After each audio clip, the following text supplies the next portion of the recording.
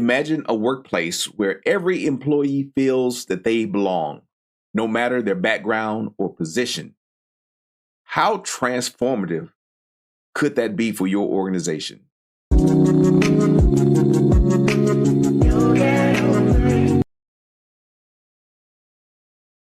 Rise and shine leaders. This is Glenn Guyton, keynote speaker and workplace trainer. It is time for our executive coffee break. I got my beverage in hand. Hope you have yours too. They say you can't choose your family, but you can choose your workplace culture and your beverage. Leadership matters, so you might as well get good at it. In today's digital era, fostering a sense of belonging and inclusivity isn't just a nice to have. Yes, it is a strategic imperative.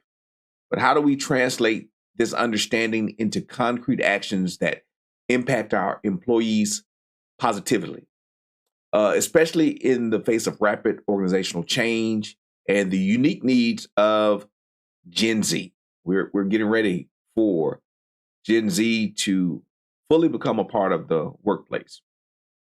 So let's look at a real world example from one of the largest privately held companies in the Midwest, a Twin Cities manufacturing company. This company was faced with exponential growth. This organization realized the need to evolve its employee listening strategy to better understand and address the dynamics affecting its workforce. So they contracted with a company, and the company designed a number of different types of surveys, engagement questionnaires, lifestyle surveys across various business units and regions.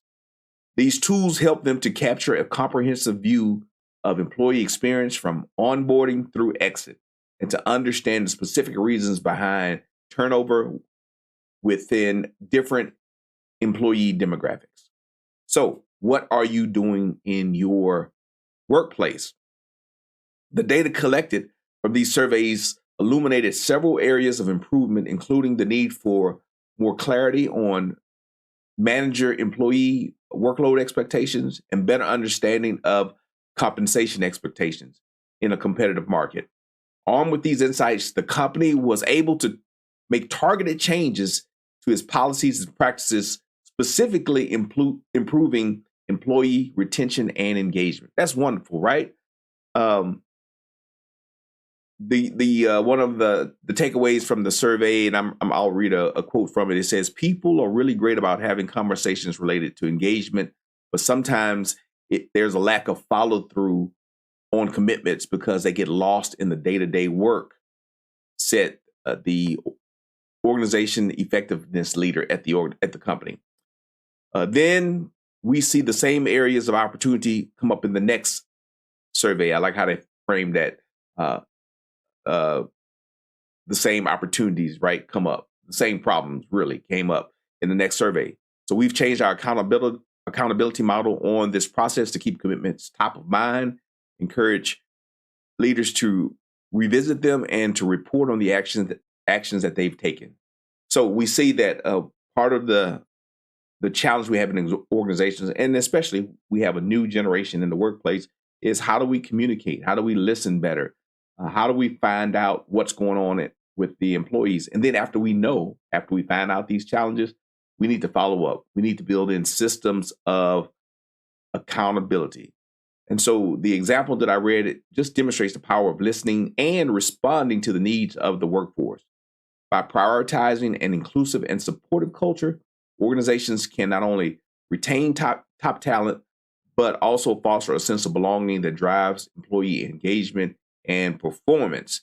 And so this is very important. The companies that I work for, I've seen success in some of these areas when you are committed to the process and when you have a clear way to follow up with the actions that with the information that you've gotten. Don't just get information, but also follow up. And I think that's really important as we think about our younger workers. They are used to immediate feedback. They are used to things happening real time.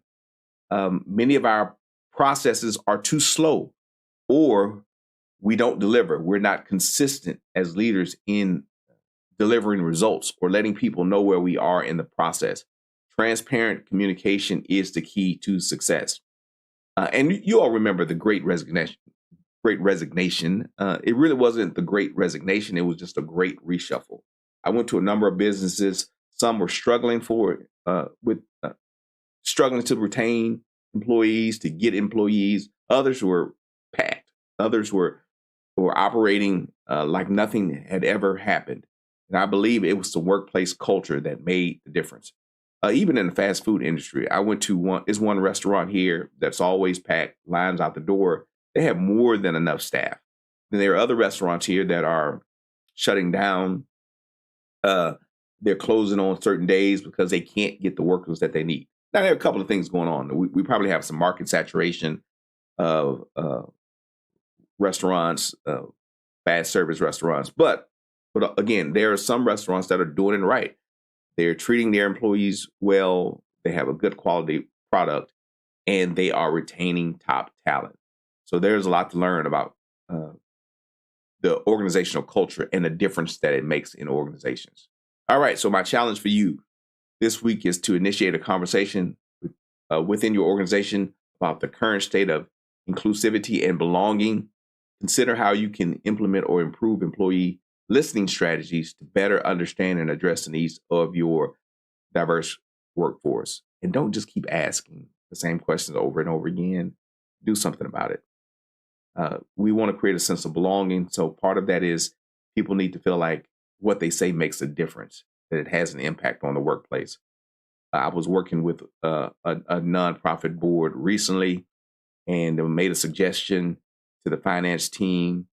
And the report came out yesterday. I was reading the report, and the suggestion I made was in there. It makes a big difference. So now I'm really more inclined to provide ideas and give some assistance to this board because of the responsiveness in listening to the feedback. And it was good feedback. I had really good feedback because I have experience in that area. So again, you have people with experience and wisdom in your organization. Listen to them, especially when they give you a good idea, and act fast. Don't just wait and draw it out and make them have to tell you the same thing over and over again. So if you do surveys, if you're asking your employees questions, make sure you have an action plan to follow up with that.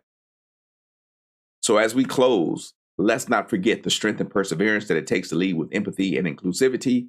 Better leaders get better results. So to every one of you leading the charge for a more supportive and engaging workplace, I leave you with this. Stay bold, stay inspired, and remember that your actions today shape the culture of tomorrow. My name is Glenn Guyton. You all have a wonderful, wonderful, wonderful day.